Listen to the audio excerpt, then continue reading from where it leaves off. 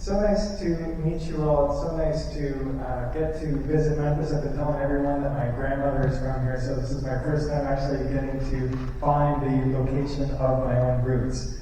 Let me tell you about another great community to lead us in here. Lancaster, California. It was started in the 1850s as a rail town. It really grew and was thriving in the 1950s. But then in the 60s, 70s, and 80s, it started struggling to compete with nearby car-centered shopping malls. And it tried to compete by widening the road, widening the main street to allow more and more lanes for cars. But it just didn't have enough parking spots to compete with a shopping center. So it came on very hard times, declined for many years, and unemployment reached 16%. And then they did a fundamental redesign of the street, transforming it into this. Now, what an emotional shift that is. And the impact was immediate and profound. 49 new businesses, 10% increase in property values, 800 permanent jobs added, major increase in safety, so a drop in the number of people who were hit by cars there, and 800 new and rehabilitated homes. And I love the fact of the rehabilitated homes. This change gave people so much confidence in their community that they said, I want to reinvest in my community. I want to reinvest in my own house. So this is the power of creating communities where walking and being outside, and there's so much you can do within a short distance, can do for transforming a community for the better. And Collierville is in such a strong position for that. You have the town square, which I got to visit today. What a complete gem. Just so many communities that I consult for would be so jealous to have an asset like that to start with. You also have developers who understand the vision of creating mixed-use, high-quality places that are trying to deliver more value by giving people more they can do in a place. So, major strengths. And I see that there's projected 10,000 new people are going to move to Collierville in the next 5 years. And there's one thing I want to highlight that is of concern if we keep growing by the current trajectory, or what the city has been doing over the last few decades. And that is that currently we're at 0% public transit, 0% biking, 0% walking to get to work in Collierville. So that means, if that remains true, that these next 10,000 residents all drive for everything they do, that's just going to mean ridicule, right? If every new job, if every new home means more people driving, then that means more congestion. It also means there's a ceiling on really how much the community can grow economically, because the more congestion there is, the more that puts the brakes on growth. So enabling mixed-use walkable growth is a strategy for, it's like a safety valve. It enables growth to happen that does not depend on putting more cars on the roads. So existing residents can still drive to work, and new residents can enjoy walking to nearby jobs. So, as was mentioned, I did my PhD on how to encourage this kind of pedestrian-friendly, walkable development within suburban contexts where it's difficult. And I've also, as a consultant, I've done lots of work like designing suburban walkable communities like this one in Halifax, Nova Scotia. I've worked with Las Vegas to write a master plan for Charleston, which is south of the downtown, and actually we just got hired to do the master plan for downtown South Las Vegas. And in Charleston, we helped turn really, really wide, dangerous streets, propose some plans for how to humanize them. So I think there's a lot of opportunity for that kind of pedestrian-friendly transformation in Collierville. For example, on Poplar Ave. When I look at this asphalt, I see so much potential. There is a whole possible downtown that could happen in that place. But it's not easy.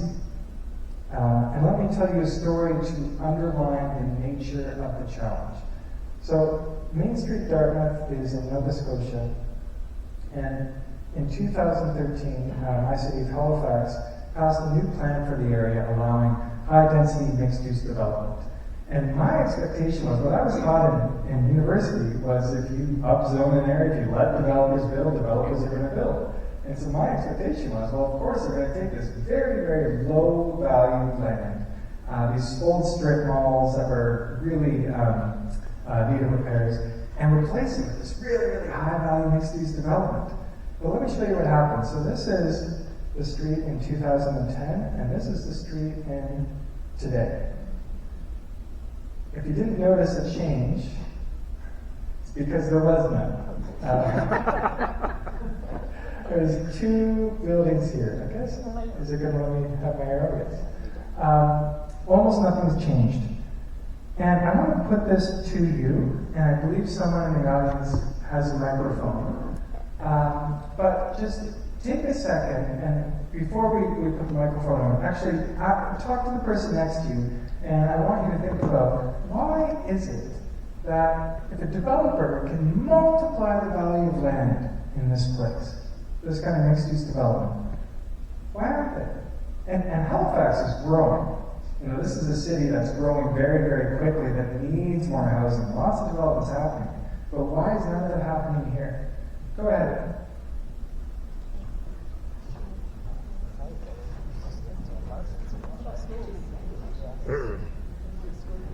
Right?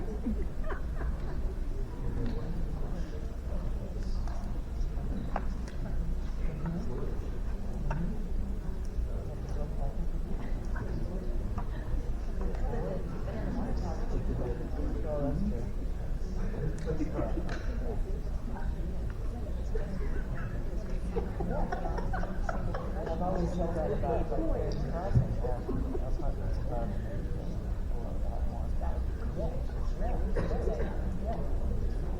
Terry has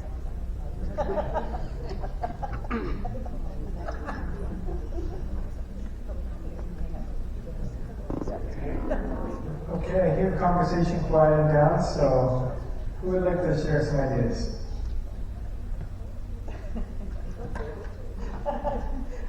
Well, we were just discussing carriage crossing, our outdoor mall. My feeling on that would be wonderful to have apartments above that for livability, walkability, restaurants, bookstore, great place for people to go. But we're also discussing, do we have enough capacity for our schools for this kind of growth? You know, a lot more people are going to move here, and then you have to think about, are we going to need another high school, that sort of thing. But, you know, I've seen other towns do it. Eagle Idaho has a great mall like that. San Jose, California has a great one like that. I think that would be a great way to go to kind of transform that place, for, especially for younger people who want to stay in the community. Absolutely. I'm going to get a little bit later in the talk about how to ensure that growth is making the community wealthier by adding revenue fast and then adding costs. So that feeds into the school conversation. But absolutely, adding homes to existing commercial is a great way to support existing walking. But you have to make sure that the public realm is of sufficiently high quality. You can't just put residential apartments behind a big parking lot. Anybody else? I think I saw your hand back there. I'll meet you halfway, Bob. I would say the cost of development, and you'd have to have dead space for parking, and that does not enhance or make it revenue conscious for the developer. So it's got to be connected. It can't be an island just at homes. You've got to have it connected so people can drive and park and live. Exactly. So if you just had one of these buildings, and I think this really nailed it. If you have just one of these buildings by itself surrounded by parking lots, that building's going to fail for a bunch of reasons.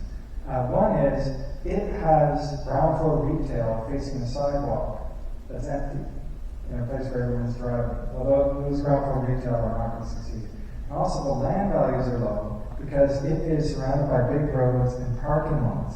And if you're going to build a building that looks and feels like that, it costs more per square foot, especially if you're going to put parking underground. And so you need to have enough of these buildings to create a context that is a different economic reality, where it feels nice to be outside, where it feels higher value, and where there's enough street life, a critical mass of street life, to support those ground floor businesses. So later in the talk, we're going to brainstorm a little bit how we can overcome those barriers if we wanted to encourage this kind of high quality mixed use development in places like Poplar Avenue or somewhere else in Collierville. How do we overcome those barriers where developers don't want to build in a place where there is no street light, where there isn't already that high value?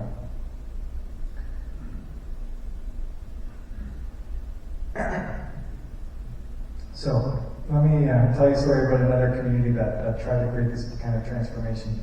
In 1991, Jackie Catterton drove her two kids 120 miles to Tysons, Virginia, to an Oldsmobile dealership where she joined 200 other congregants, and they sat in the parking lot of the dealership in fold-out chairs to watch Pastor Cameron Simmons get up on top of the dealership and preach the Word of God. And he said, this is not just a temporary place, the Lord led us to this place.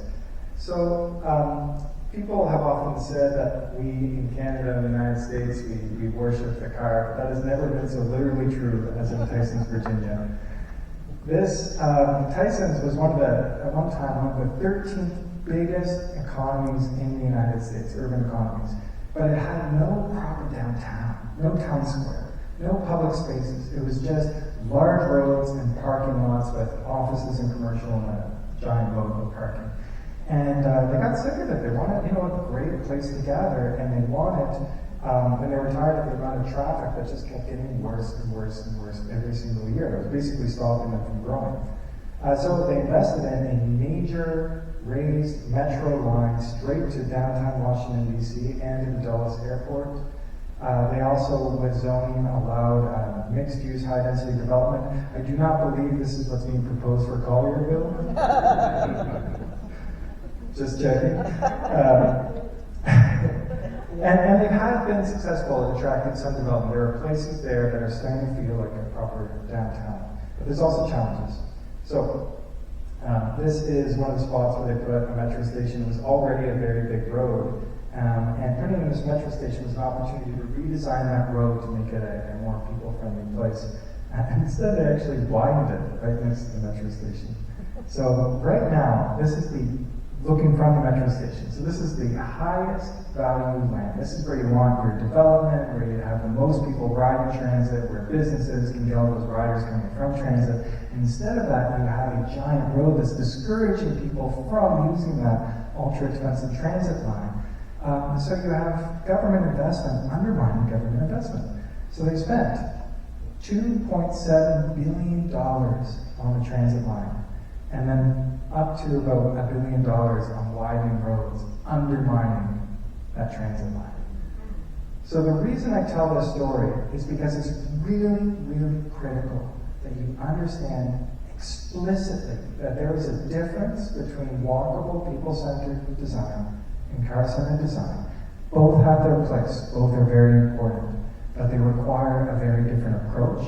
And if you're going to do one or the other, do each well, but do them differently. So, in Collierville, your industrial areas, they got to be car-centered, make them car-centered, do it well. Existing communities that are never going to become high-density, mixed-use places, it would be financially and politically impossible. That's fine. Leave them as they are, right? But where you want to create vibrant, people-friendly, compact, mixed-use, walkable street life, it takes a different set of tools. So, and this is hard for communities today because even though it's intuitive that there's a distinction between car-centered design and walkable design, I mean, we all kind of get it, right? But it's nowhere reflected in the guidelines or training or standards for urban planners, architects, and engineers.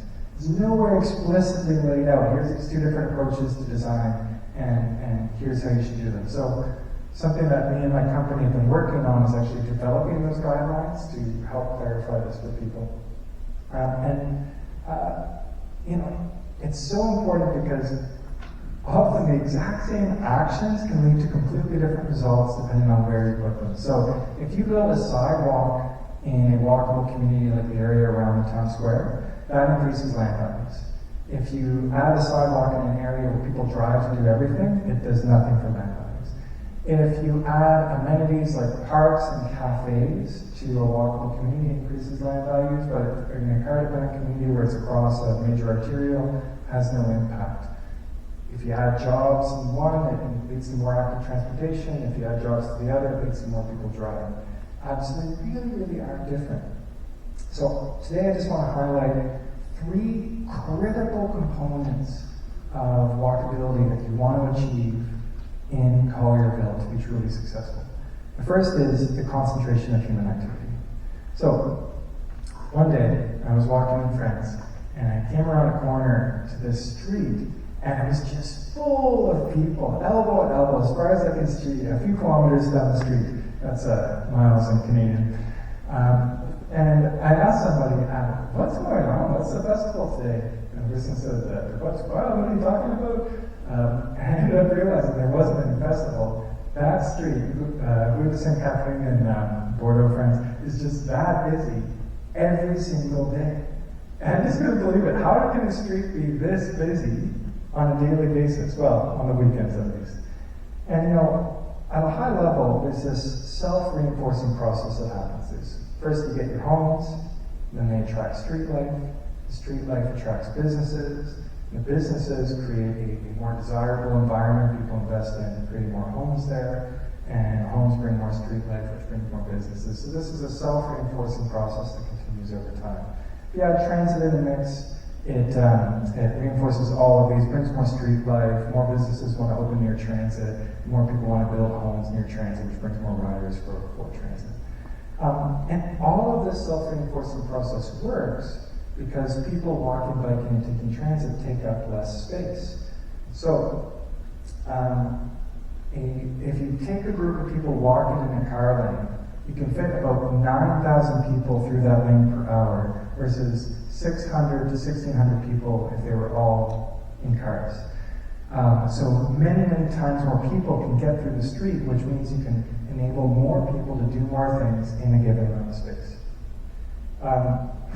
New York, I also realize that we're not in New York here in Collierville, but just to take an extreme example, in New York we calculated that if the 2.6 million people who commute to New York every day were to drive, only 22% of them could physically fit on the streets.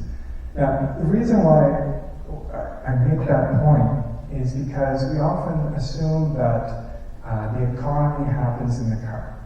And in a car-centered environment, that's absolutely true, right? And in a car-centered environment, we design sidewalks and transit mostly for equity, for people who don't have access to a car, for them to be able to get there, but it's not fundamental to economic growth. And I just want to point out that some of the most productive places in the world, walking, biking, and transit are actually fundamental to economic growth. That places like New York, our most successful, most productive downtowns, could not exist without active transportation. And so if you're used to thinking in terms of car-centered development, it's really important to just shift thinking to realize that walking, biking, and transit are not an additional nice-to-have for the purpose of equity, but really, really central for actually driving growth, enabling more economic transactions to happen in less space. Taking a local, more relevant example to Collierville, Overland Park, one of my clients, they have so much street life in their downtown, and it's partly because they have just enough compact development nearby, that there's enough people walking there to provide a foundation, because every single person who walks there doesn't take up a parking spot, doesn't create more congestion, doesn't create wear and tear. So that provides almost like a free foundation. So enabling more economic transactions that happen in that space, and for each of those transactions, people have to get there somehow. So if they take less space to get there, you enable more economic activity to happen with less congestion. So in car-centered areas, the economy depends on vehicles that travel fast, whereas people-centered areas, it's important to recognize it really depends on modes that take up less space and shifting more to those modes that take up less space over time. I'll just jump over this for now. So if you want to cut congestion in the future, those next 10,000 people that move to Collierville, the really critical thing is to ensure a greater share of them A greater share of the new homes, new businesses, and new offices are in walkable areas where people can walk, bike, and take transit to work. And then that reserves the roads for the manufacturing and the warehouses and the airports and the existing residents so that they can use those roads without new growth cramming up those roads. So point number 2, economic growth depends on people enjoying life outside. So walkability connects the interests of the economy to our interests as humans when we spend time outside. So this is a main street near where I grew up, a place called Chester. And I have a question for you. Why is it that people, landowners, invest in this street? So they really invest in making this the nicest street it can be. And here, in this other place that I also used to shop growing up, landowners don't invest here. What's the difference?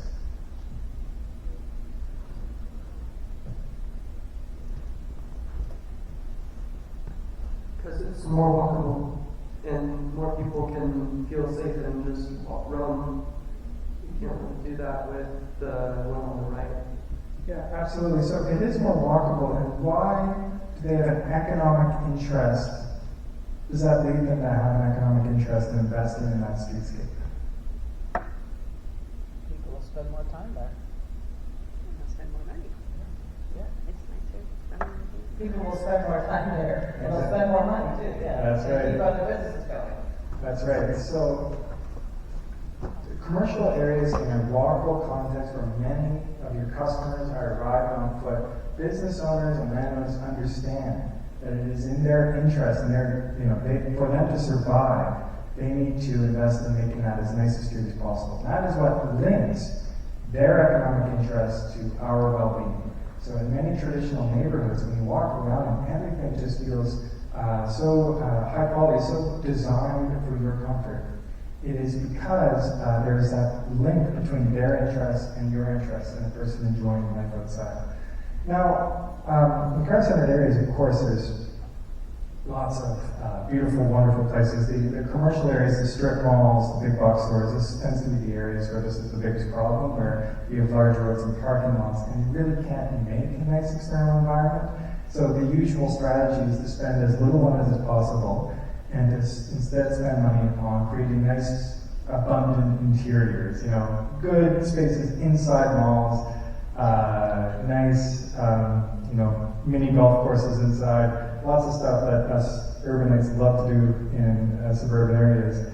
But they tend not to have a great outdoors that doesn't create the kind of environment that people are really proud of. Whereas in walkable environments, the need for high-value exteriors is built right into the business model.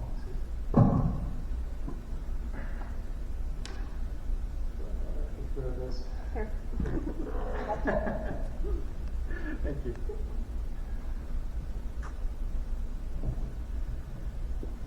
So when people build high-value buildings like this, it leads to higher land values. First of all, because they need to create that high-value environment outside. So that itself increases land values. It also increases land values because of the number of destinations you can walk to, the concentration of things you can do within a short distance. Third, because people actually walk and creates vibrancy, which itself increases the desirability of the place. And fourth, it increases land values because increasingly the market is looking for these kind of convenient, pedestrian-friendly environments. And this is changing more and more over the years. So this was a recent survey by the National Association of Realtors.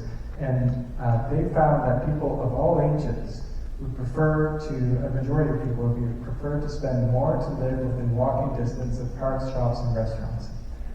And they found only a small majority of the silent generation agreed with that, and then a larger majority of baby boomers. And then with each successive generation, it grew and grew and grew until you get to Gen Z, at which point over 90% of people said that they would be willing to spend more to live near those kinds of amenities.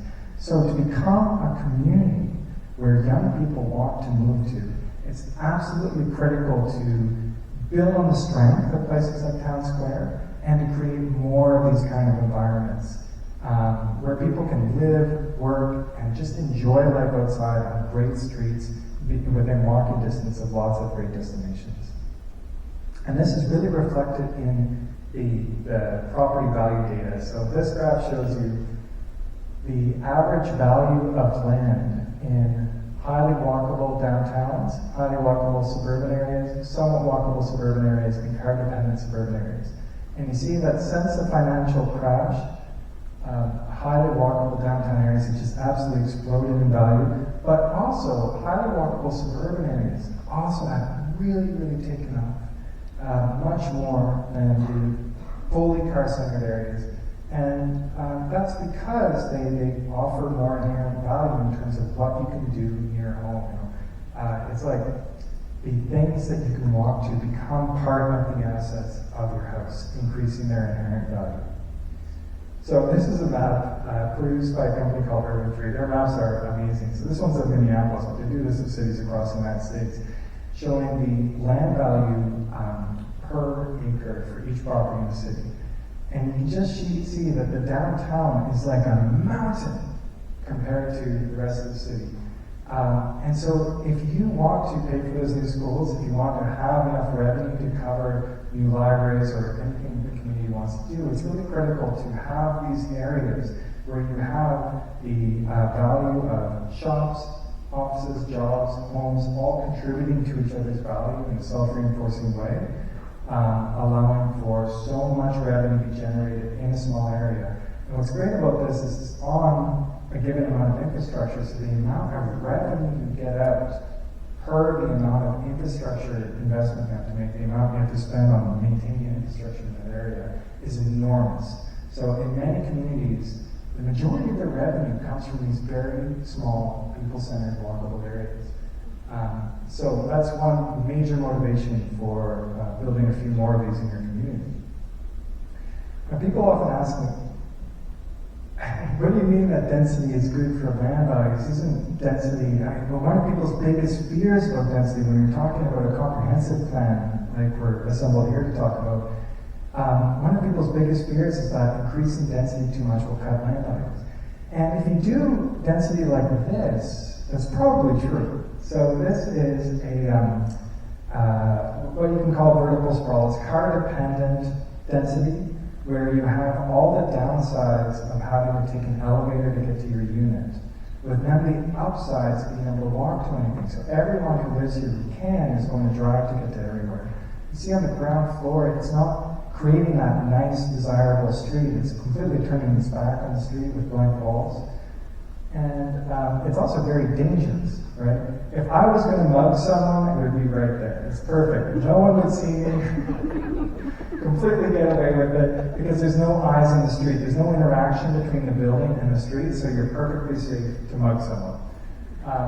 Safety for muggers is not the safety we're going for. And you also get these in more urban environments. My wife and I decided not to build a house across from this building. But we would be happy, more than happy, to buy a house across from this one. What's the difference? Actually, let me ask you, what is the difference here?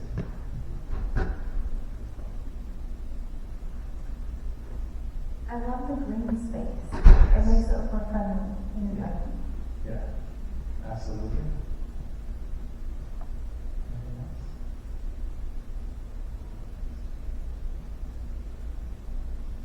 Grant for non-residential office or retail, can't tell which.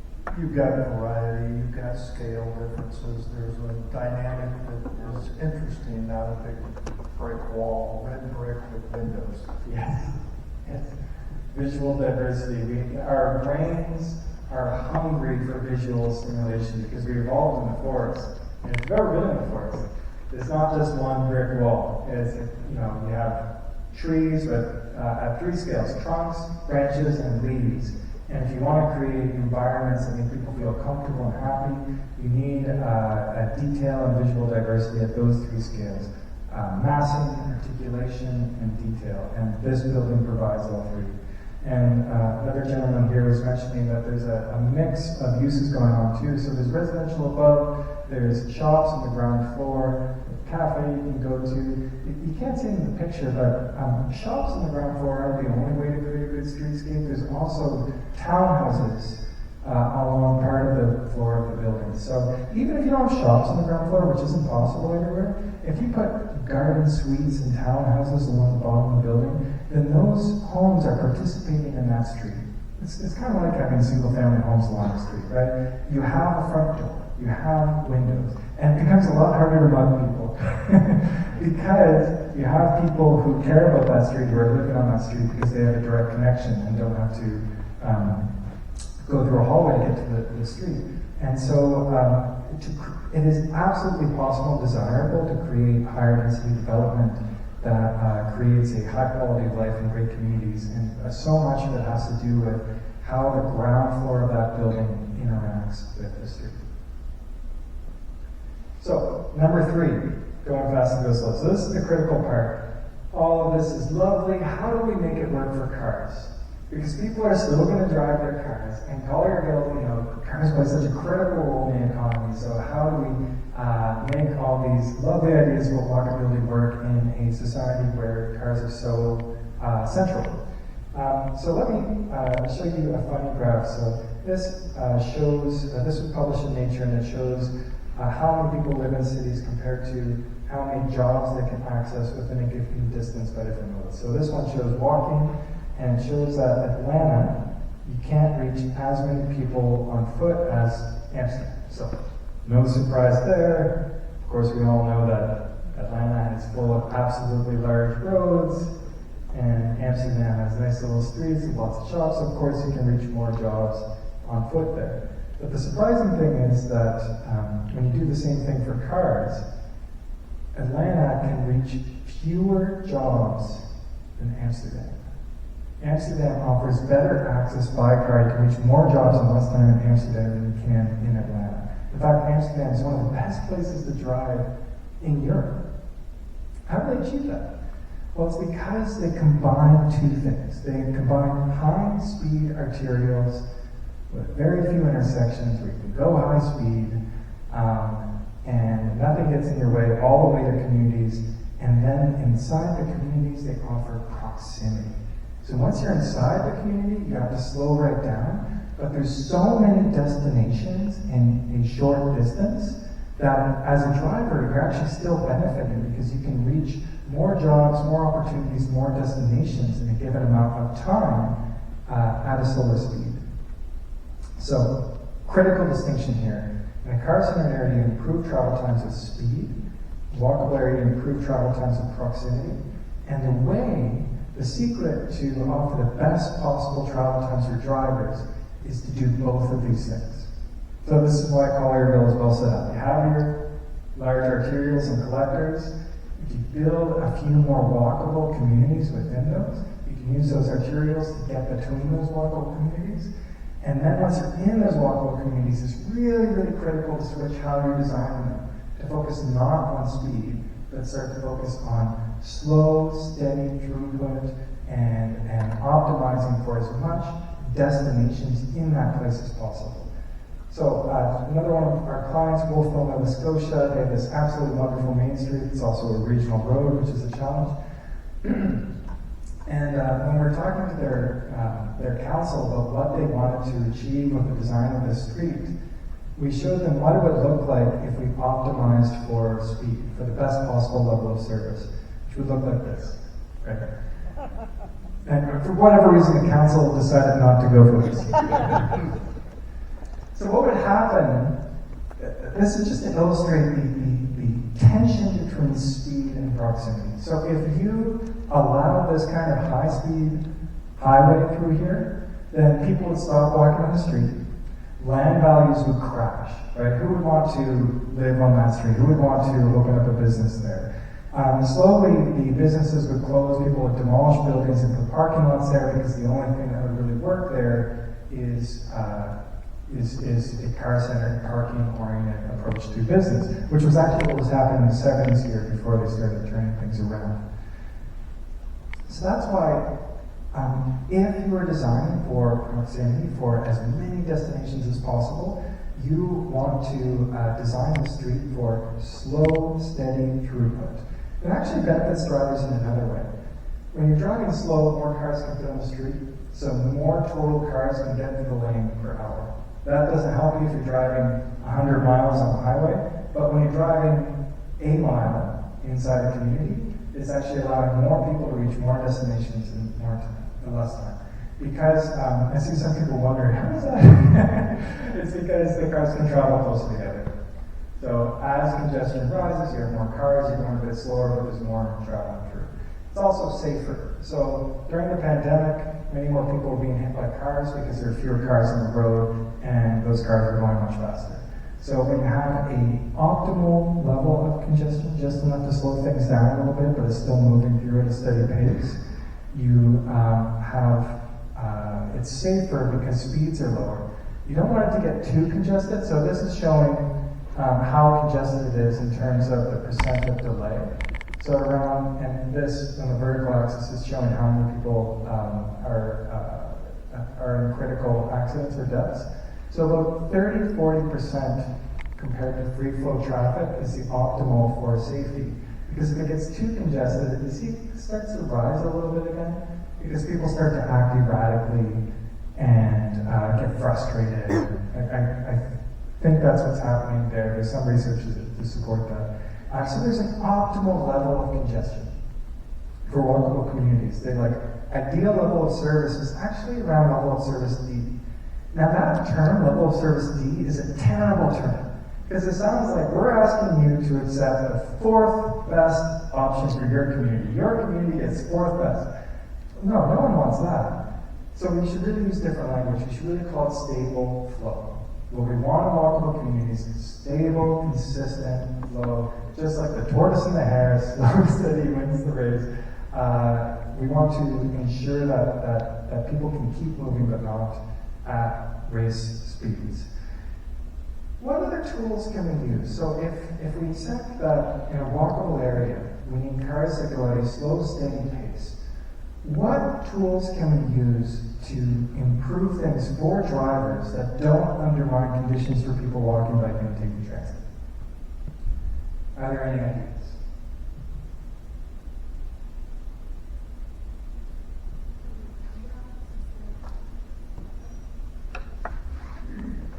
Crosswalks, pretty crosswalks. Pretty crosswalks, wonderful.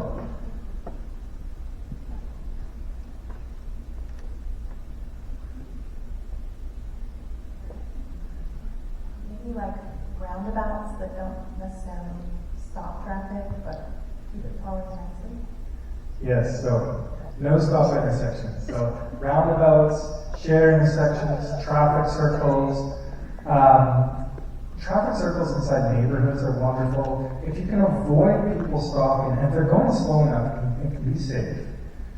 The key is that you don't design it so people are going at high speeds through it, and then someone gets nailed at high speed. So the design is really, really critical here. But if you can avoid people stopping, you can get such a steady flow through that's really good for moving traffic. And again, the goal is steady flow, not high speed. Anything else?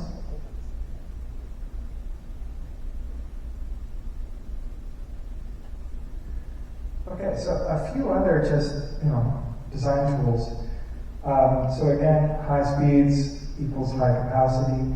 Simple streets enable more capacity too. So if you have one lane of traffic in each direction, you can get more cars through per hour because there's something called laminar flow. It's basically when cars are weaving in and out of lanes, research shows that you can't fit as many cars in because they create turbulence for each other, just like when you're in an airplane, and slow each other down, and you just can't get as many cars through. So in some places they found when they actually remove lanes from the street, they were able to increase the number of cars that could get through because they were able to enable steadier, consistent flow. So that is in the interest of pedestrians who want fewer lanes to cross. It's also in the interest of drivers. On-street parking helps slow traffic, so benefits pedestrians. It helps create a barrier between traffic and pedestrians, and enables drivers to park closer to their destination. And I wrote proximity there just to mean concentrating more destinations. Also, short blocks. So if you have short blocks of many streets, You're increasing the capacity of the street for cars. You're fitting more cars in there, while also benefiting active modes. The absolute best thing, most important thing you can do for pedestrians is make sure the blocks are short. If you want to ensure that no one walks, have really big blocks, because then there are so many fewer things that you can actually get to. So if you took any of those streets and removed it, you would be having the capacity. If you put it back in, you're doubling the capacity, for two given streets, while making things better for active modes. So as soon as we start thinking in terms of slow, steady flow, there actually are these ways to unite the interests of drivers and pedestrians. And then dynamic parking prices. So I don't know if you're there yet, but if you charge a price for parking in a place like your town square, then the people who most want to park directly in front of their destination can consistently find a spot, and then those who want abundant parking, well, you provide the public parking spaces for those, and it's free, and they walk 2 minutes to get there. And what that does is it cuts down on cruising. It cuts down on people circling blocks looking for a parking spot. If you set the right price, you can ensure that there is always the parking spot available on every single block, and that's how you eliminate people circling blocks, creating traffic. So that's the meaning of dynamic parking pricing, where you adjust the price to achieve always having a parking spot available. And then last is make sure that the alternatives are great. If the worst thing you can do is make it harder for people to drive fast and then not offer alternatives, right? You need to, the better it is to walk, bike, or take transit, the faster people will respond to a given level of congestion by taking the alternative, right? It's the better sidewalks and transit routes there are, you're reducing the cost of someone deciding, you know what, I'm not going to create more congestion today. I don't want to deal with it, and that reduces congestion for everybody.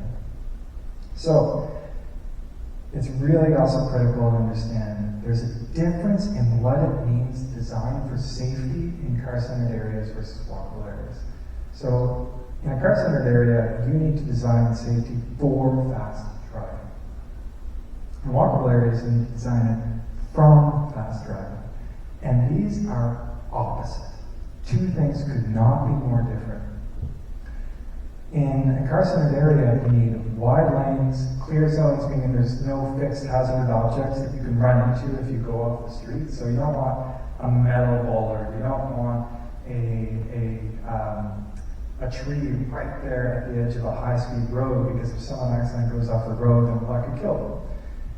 Wide turns so you can safely make the turn at speed. Sight triangles so you can see cars coming at a long distance. To achieve safety in walkable areas, you actually want the precise opposite of each of these things. Because it is when it feels dangerous to drive fast that people do not drive fast, which is how you achieve safety in a walkable context. So by North American street design standards, which were developed first for highways and then applied to cities, this would be considered an unsafe street design. Which is funny because no one is ever going to die on a street like this, right? Because traffic is never going to be moving fast. Now, this is an unsafe street design. So if you combine the two things, that's where you get the worst of all worlds, right? Where you have the fixed objects, the trees, the bollards, where you have the people walking, and you have the high-speed traffic. So that's another reason why it's so critical. As soon as you have walkable design, you get those speeds down to 20 miles an hour. Really cut them down. And don't set speed based on 85th percentile or whatever. Set a target speed and design for the target speed, no matter what the traffic studies say. Just do that, because that's our fiduciary duty to preserve human life. Worst thing you can do is combine speed and a pedestrian-friendly environment.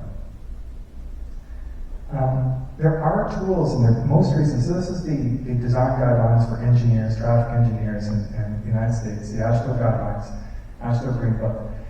And the most recent copy from 2018 includes this really critical concept called context design. The contexts they have in the book aren't perfect, but it gives you the tools to say, okay, we're going to create two contexts. One is car-centered design, one is people-centered design, or whatever you want to call it. And you can define what the parameters are for designing those two contexts, And you give that to your engineers, and engineers, once they have the parameters, they can do it. They can do a great job. The trouble is, for so many years, we haven't been giving them the clear parameters. We've been saying they have to balance, they have to be flexible. That's not good enough. That's not how engineers work. They need clear parameters and distinctions to be able to do design well. So, given what we now know about people-friendly walkable design and about the challenge of kickstarting in a car center context, if we wanted to create a new walkable town center on Poplar Avenue, just picking that spot because it looks like an opportunity to me, how would we do it? How would we attract a developer to invest in that area? Any ideas? How do we kickstart it? How do we make someone want to build a pedestrian-friendly, mixed-use building in a place where nearly everyone drives and there's no street life?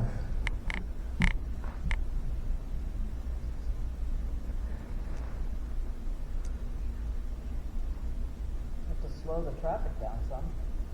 Got to slow the traffic down. So that requires potentially an upfront redesign. Okay, let me tell you a fun story from Surrey, British Columbia, of how they did it. Because I think it's very clever. So they had the same problem that Main Street Dartmouth had. So this was their downtown in the early 90s, and they wanted it to look like this. And so they built an elevator train just like in Tyson's, and they upzoned the whole area. And after 10 years, an amazing thing happened. Nothing. Absolutely nothing changed.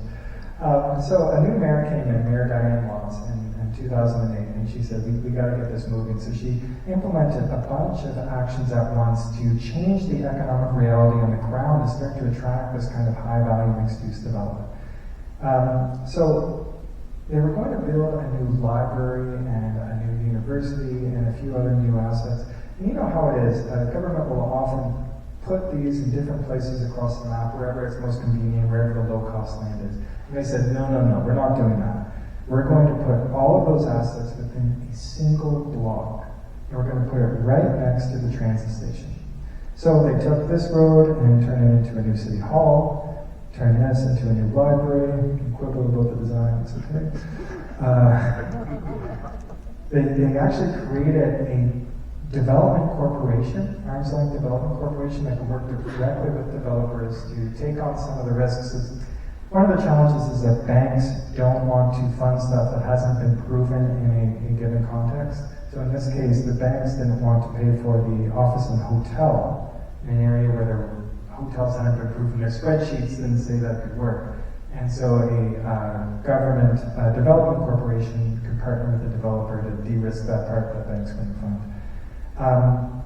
Created a new plaza, and really critically, they created this kind of economic incentive that few other communities have done. They said, all right, developers, you have 3 years. You can get massive financial incentives. We're going to cut all these fees and cut all these taxes, but you have to get these developments in within 3 years. What that does is it overcomes the first mover problem. Developers, no one wants to be the first one to take the risk, because if you're the one stuck with that one mixed-use building surrounded by parking lots and big roads and a failed project, then you're left holding the bag. But if you only have 3 years to get these major financial incentives, then that encourages a bunch of developers to move at once. So suddenly, with this influx of public funding and investment in this one area and these financial incentives, they did attract 11 major projects. These are big major buildings. And then that led to a snowball effect where other developers said, okay, things are moving. Investment is happening here. And others want to get in on it, and the pace of building out their downtown has been absolutely amazing since then. I got to visit, and it feels like, halfway there. And but what really amazed me is that there's already places where they have the street, like they already have the people just walking out in the street where you really feel like you're in a town. And you go around the corner and it's just vast parking lots, right? So it's really funny, this transition moment that they're in, but really moving in the right direction. So lesson one, create a critical mass of street life and destinations to kickstart change. And second, use smart financial incentives. Other communities are providing government loans for developers in particular areas if you're doing redevelopment. Cities are rediscovering their abilities to actually loan to developers, which is one of the most powerful ways to incentivize growth because governments can offer a better interest rate. And cities like Salt Lake City, their loan program is revenue positive. So they're able to keep putting that money back into development to continue encouraging development where they want it to happen. And the money that they're getting back from the developers are just allowing them to fund more projects. So it's not costing the taxpayers anything, but it's encouraging the kind of development they want in the places where they want it. Third thing is to hide the disamenities. So when you are trying to create a place where people want to be outside, and you have big parking lots and big wide roads, well, you're just going to have to hide the parking lots and the roads. This is just one cute little example where they use the garden box to hide the parking lot behind, and you wouldn't even know it's there. So small things like that can have a profound impact. I actually love what they've done in the water tower district. So you see how they have this parking lot here, and it's surrounded by buildings. So this is so clever. And then they have this great public space here, and they create good enclosure on all sides of it, and you can't see the parking on all sides. So there's an example in Florida that I often show that achieves the same thing. Like, it's amazing. Once you have a building on each side of you, you could be surrounded by 10 miles of parking and highways and have no idea. You create an oasis, almost like a subclimate of a higher value land use. In the example I showed in Miami, they actually successfully became one of the top 5 real estate markets, despite being surrounded by highways and roads, because they were able to block the view of those disamenities. So absolutely is possible. One thing I would have improved here is right here, these office buildings are separated from these other buildings, so they leave this parking lot exposed. And so someone sitting on the veranda of one of the townhomes here, would have this looking up from their townhome, which isn't the ideal that we're going for. So this could be fixed just by moving the office buildings over there. So just cut that one. Right now it's creating a sense of enclosure along a big arterial, but the arterial is dead to us. No one wants to walk in our arterial. That's where walking is just for equity, for safety, but it's not an environment where we're trying to create a first-class, high-quality environment. Focus on the interior streets where you really can create that fantastic environment, and really focus on creating the street wall, on containing that space, on containing that street along those internal streets. So that's one adjustment I'd recommend. And then where you do have arterials going through the center of communities, you have to think about how to tame the impact of those arterials. So this is one great residential street in Collierville, really wonderful design in my opinion. Here we're getting the narrow streets, nice and slow, beautiful relationship between the buildings and I would love to live in this community. Then across the street, you have shops here. A little more can be done to make this a nice environment where people enjoy window shopping and spending time with friends. But between the two is this impassable road, right? So just a little food for thought. Why don't we make this a street that you can cross, where there's an island, where there's flashing lights to let cars know that a pedestrian is crossing. It would require removing a lane in both directions. But if you slow down traffic, you could fit more cars within the existing lanes. So, maybe there are places where we can move a bit slower, but provide a better quality of life for residents. Something to think about. So in the town square, this is just a love letter. I love the town square. I wanted to share with you just my initial impressions, as an urban planner, what I would be thinking about when I think about the town square. So first thing is I would map where are the interactions between shop fronts and the streets, the places that are creating the street life. My understanding is it's roughly this.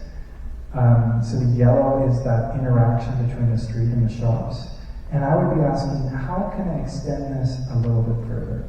Then I would ask, where are the disamenities? So where are the streetscapes that are creating a negative environment for people walking?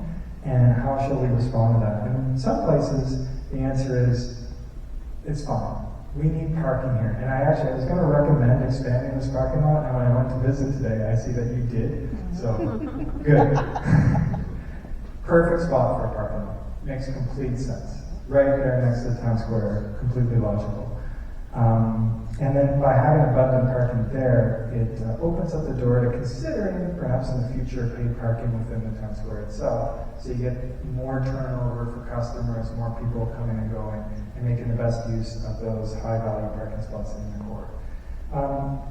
Then I would look at where are places where we can extend this a bit further, such as this street here, where it's starting to come around the corner, or maybe it's been like this for many years.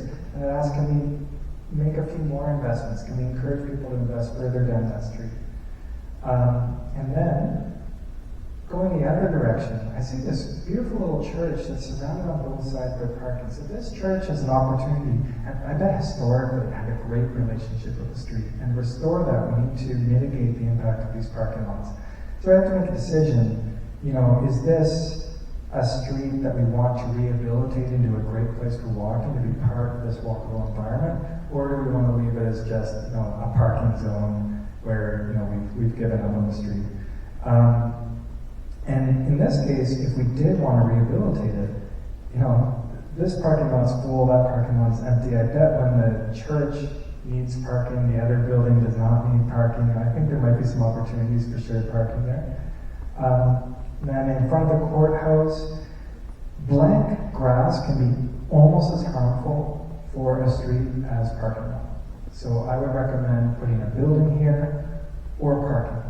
Make the decision. Are we going to provide more parking for people to be able to access the town square, or are we going to turn this into a street where we're extending the town square? On the other side of the street, if you do rehabilitate it and encourage development there, I would do development in that parking lot too. Do them together. It's either they're both parking or they're both the building, in my recommendation.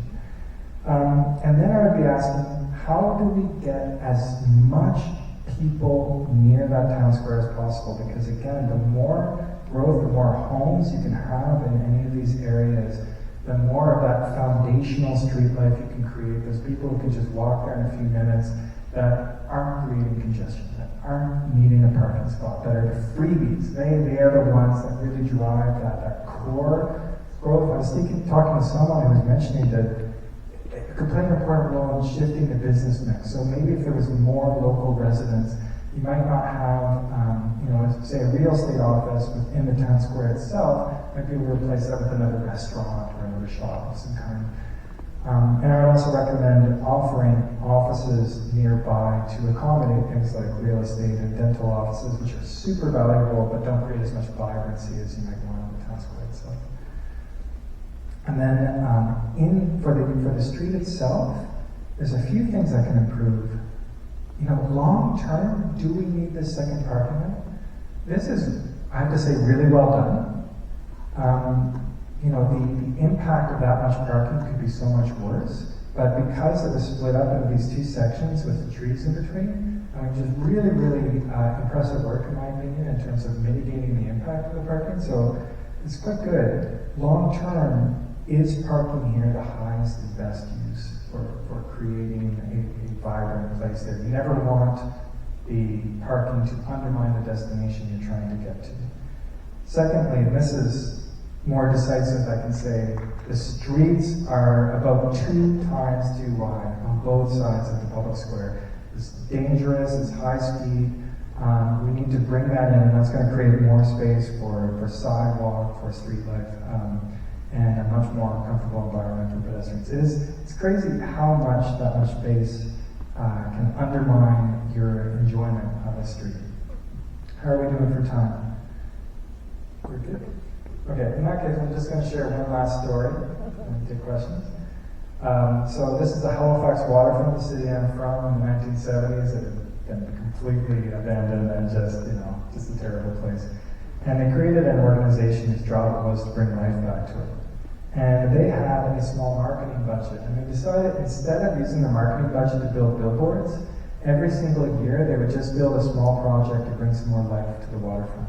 So they built volleyball courts and chairs, and art that people could play on, and playgrounds, and created kiosks where people could shop at and get food, and bistro chairs. Of course, there was also development too that helped reinforce some of these changes. Seating, hammocks. The hammocks are insanely popular. And so as you walk along the waterfront now, you feel like you visited 10 different cities. Because the cumulative impact of 100 small changes over time is much greater than one mega project. So I encourage you to think about that for your town square as well. So often, cities make a big investment and then a little investment years later, and in between you have the valley of neglect.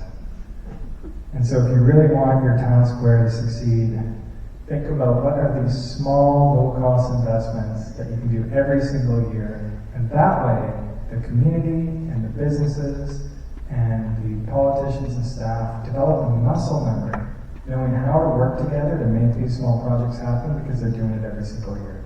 And that's how you can really make a place just a unbelievable destination. Okay, thank you so much.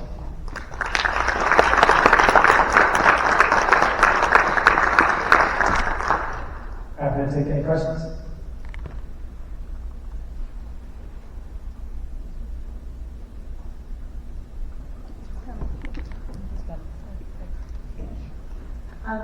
So, how is your organization dealing with the transition away from physical retail onto online shopping, and also the projected catastrophic job loss and the reduction of corporate commercial space in the future?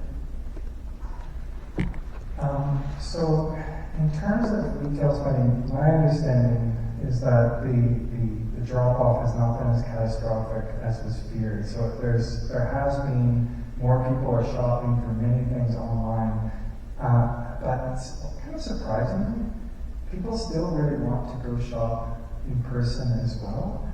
So the evidence that I've seen, and certainly my experience in the communities I work with, is that retail is still quite strong. Though it's very understandable for you.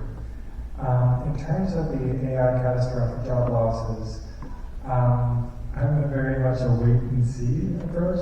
I know I just read yesterday that companies that have been laying off people to replace them with AI have been deeply disappointed by their capacity to do so. In my experience, at the current stage, AI is a great tool for expanding what we can do, but it doesn't actually replace humans yet. So maybe in 5 years that will be completely different, but I suspect that actually there might be some fundamental limitations inherent in the technology itself, but we will see. I do want to, on this theme though, in the office market, it's really interesting because people have the ability now to work from home, and that's made a seismic shift in the office market. It's now the case that if you have just some office with no amenities around it, people don't want to work at your company. So companies are now moving more of their offices to places where you're giving your employees a reason to want to visit there, to want to come. So that has really boosted the premium offered by walkable centers. So in Atlanta, for example, I mean, what used to be car-dependent satellites of Atlanta are now competing with each other for which can become walkable fastest, because that's the only way to retain their office market. It's a really big shift.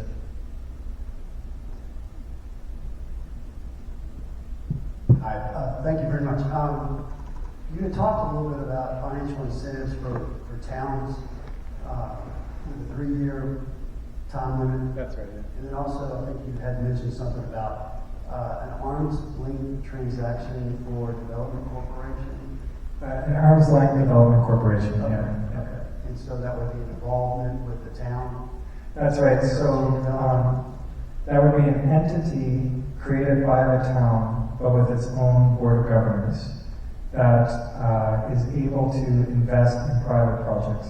So generally, municipalities are not allowed to invest in a private project directly. But if you create a separate entity that can raise money and make those investments, then they can, it's a useful model because they have more capacity to decide what they want to take risks in than some private lenders, and they can do more than the town itself. Have you seen that a lot? I've seen it, certainly. So back home, the waterfront was done by such a development corporation, for example. Surrey in Salt Lake City, they have a very successful redevelopment organization that works on that model. Hope I'm not misspeaking there. So it doesn't happen everywhere. It takes a certain level of capacity, for sure, but it's not unheard of, certainly.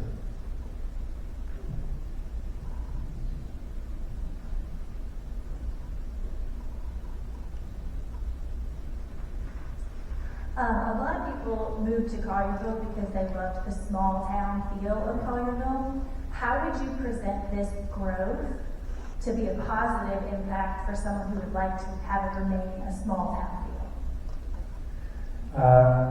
feel? Two things. First of all, I mean, it depends on where this person lives.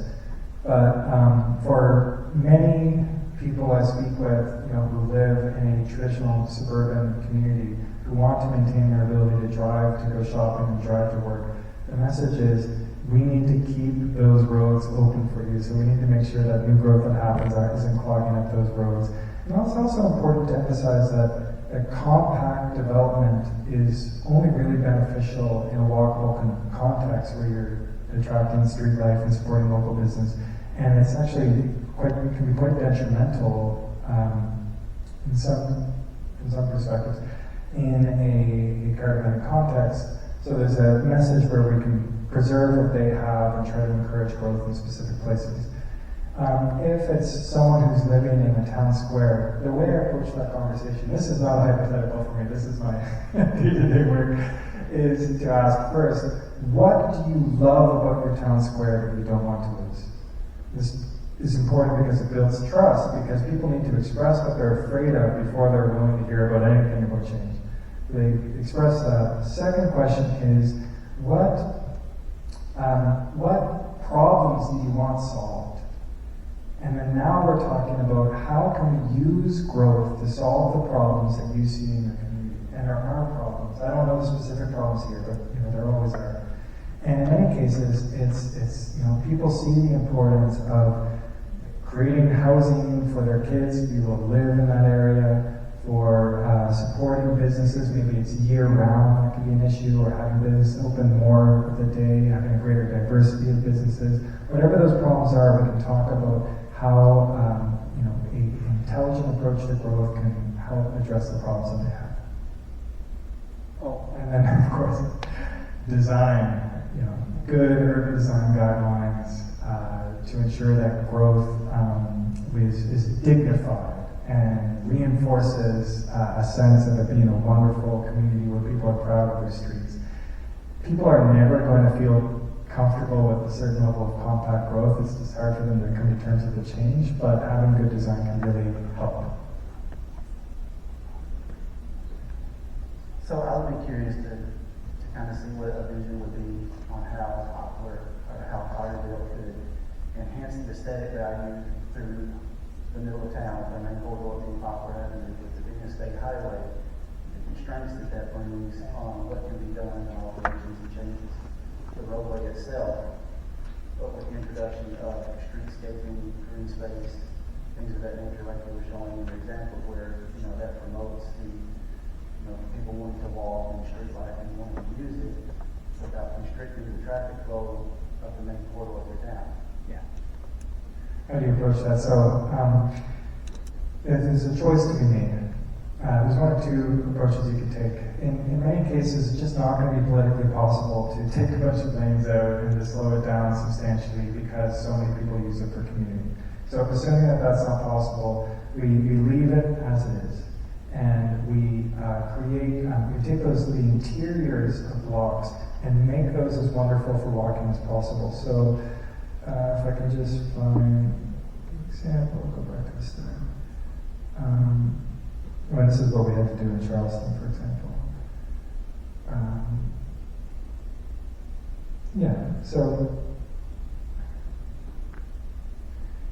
this road is going to be really difficult to make that a wonderful place where people want to hang out with their friends and go on a date.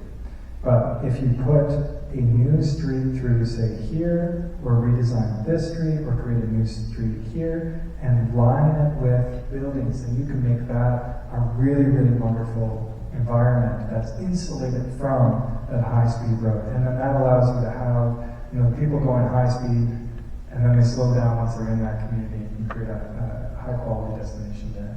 There might be other arterials and collectors that it might be possible to redesign them. For example, I showed in Wolfville, but in other communities where they do have a regional road that is also their main street. And in those cases, you just have to design things so the traffic slows down once they arrive there, and they go a mile or so slower, and then they speed up on the other side. So that's a decision that needs to be made.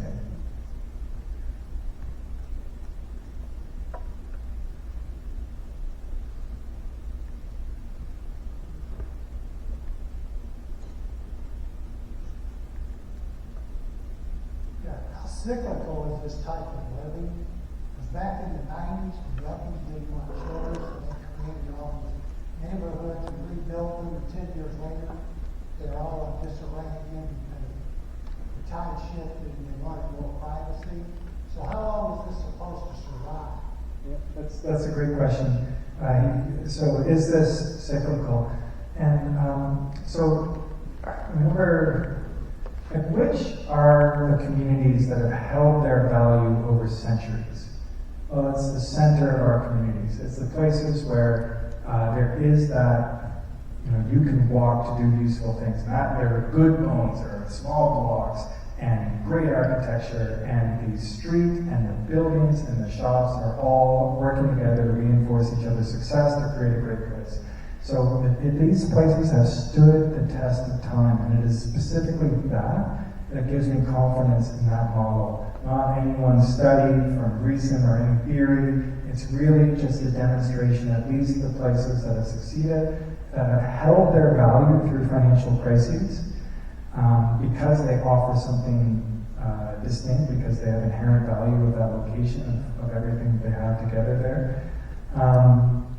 And because of their financial performance. When you just look at how, even in the lower income ones, how much more revenue per person, per piece of infrastructure they can generate, it just shows that they have staying power.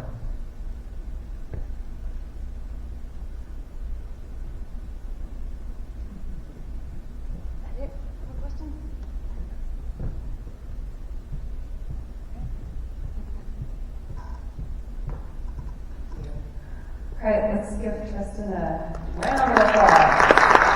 Thank you so much.